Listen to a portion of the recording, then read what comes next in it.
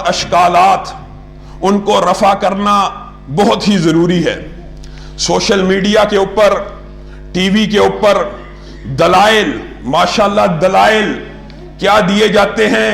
یہ ہم پہ جی الزام ہے، یہ بدعت نہیں ہے، یہ ہم پہ الزام لگایا جاتا ہے. کس وجہ سے الزام لگایا جی؟ دلائل دیکھیں. نبی کریم صلی اللہ علیہ وسلم نے بریانی کبھی کھائی؟ ہم کھاتے ہیں. یہ بریانی بھی بدعت ہوگی. نبی کریم صلی اللہ علیہ وسلم نے گاڑی پہ کبھی سواری کی؟ ہم کرتے ہیں. یہ گاڑی بھی بدعت ہے، ہوائی جہاز بھی بدعت ہے. دلائل یہ دیے جا رہے ہیں. اللہ کے بندو ایک بات یاد رکھو، اور بھی بہت سی ویڈیوز وائرل ہو چکی ہیں. منع کی دلیل دکھائی جائے، منع کی دلیل دکھائی جائے. منع کہاں پہ ہے؟ اللہ کے بندو دین کے اندر ہر اضافہ بدعت ہے. دین کے اندر ایک زیر زبر کی تبدیلی نہیں ہو سکتی. بریانی کھانا دین ہے اور گاڑی دین کا حصہ ہے. کوئی بندہ دنیا میں ایسا ہے جو کہتا ہوائی جہاز دین کا حصہ ہے؟ کوئی ہے جی؟ آپ گھڑی پہنتے ہیں. مولوی صاحب نبی کریم کے دور میں گھڑی نہیں تھی، یہ بھی بدعت ہے. بدعت کی تعریف، بدعت کا مقام، بدعت کا مطلب یاد رکھ لیجئے. دین کے اندر نئی بات کو ایجاد کرنا، یہ نبی کریم صلی اللہ علیہ وسلم کے اوپر ایک الزام لگانا ہوتا ہے. کیوں؟ نبی کریم صلی اللہ علیہ وسلم نے دین مکمل پہنچایا ہے. نبی کریم نے دین پورا دیا ہے. اگر کوئی بندہ سوچتا ہے دین کی کوئی اچھی بات رہ گئی تھی، آج میں اذان سے پہلے سورۃ فاتحہ کی تلاوت کر لوں، کیا حرج ہے؟ فاتحہ پڑھنے میں کوئی حرج ہے؟ سارا دن پڑھتے ہیں. ایک مؤذن اٹھے اذان سے پہلے فاتحہ کی تلاوت شروع کر دے، آپ بھی کہیں گے یار یہ کیا کر رہا ہے؟ اور خود اذان سے پہلے جو مرضی گاڑ لو. دین یہ ہے کہ دینی امور کے اندر کوئی بات ایجاد کرنا اور پھر کہتے ہیں منع کی دلیل دکھائیں. دینی امور، عبادات اللہ کی طرف سے نازل کردہ ہوتی ہیں. نبی کریم صلی اللہ علیہ وسلم شارع ہوتے ہیں، اس کی تشریح کرتے ہیں. نبی کریم صلی اللہ علیہ وسلم دین کی تشریح کرتے ہیں. یہ یار عجیب و غریب فلسفہ، یہ عجیب و غریب انہوں نے فلسفہ بنایا ہوا ہے. جو بات دنیا کے معاملات کی ہے اس کو کہتے ہیں ادھر سے منع کی دلیل دکھاؤ. مجھے ایک بات بتلائیے، طواف کے کتنے چکر ہیں؟ 7. ایک بندہ اٹھے وہ 8 چکر لگائے، 9 چکر لگائے، درست ہوگا؟ ٹھیک ہوگا؟ نہیں. کیوں؟ منع کی دلیل کہاں پہ ہے؟ کہاں پہ لکھا منع؟ ایک بندہ 2 رکعت کی جگہ 3 رکعت پڑھ لے، منع کہاں لکھا ہے؟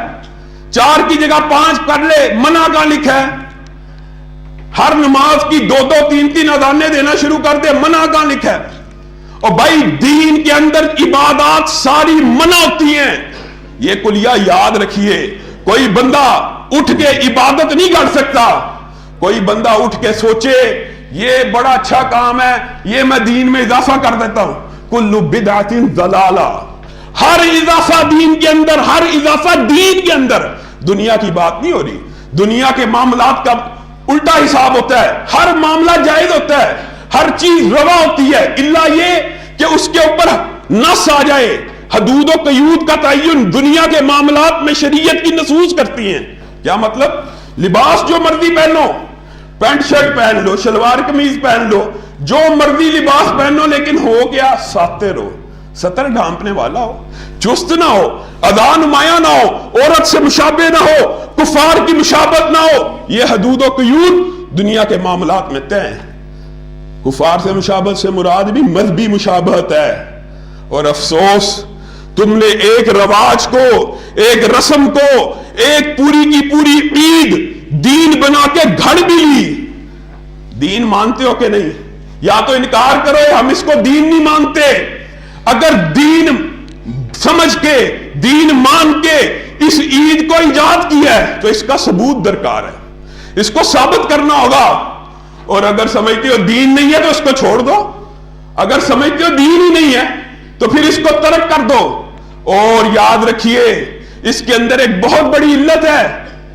عیسائیوں نے پہلے بھی آپ کے سامنے رکھا، پہلا مذہب ہے عیسائی مذہب، جنہوں نے اپنے نبی کی سالگرہ کو برتھ ڈے کو منایا اور عید کا دن قرار دیا. یہ کفار کی مشابہت ہے کہ نہیں؟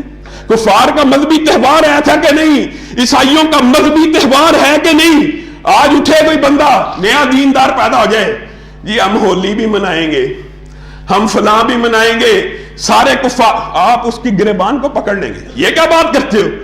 لیکن یہاں پہ الٹا معاملہ ہے. سب کو پتا ہے، کوئی میٹرک پاس بندہ بھی یہاں پہ ہو، 8 پڑھا ہوا ہو، 5 پڑھا ہوا ہو، تحقیق کرے، اللہ کی قسم سب کو پتا ہے عیسائیوں نے سب سے پہلے اپنی نبی کی سالگرہ کو سیلیبریٹ کیا اور اس کو مذہبی تہوار بنایا. یہ کوئی راکٹ سائنس ہے؟ یہ کوئی بڑی مشکل بات ہے؟ یہ سمجھنا مشکل ہے؟ نہیں، بہت آسان بات ہے. کوئی بندہ گھر جا کے تحقیق کرے کفار کا مذہبی تہوار ہے کہ نہیں.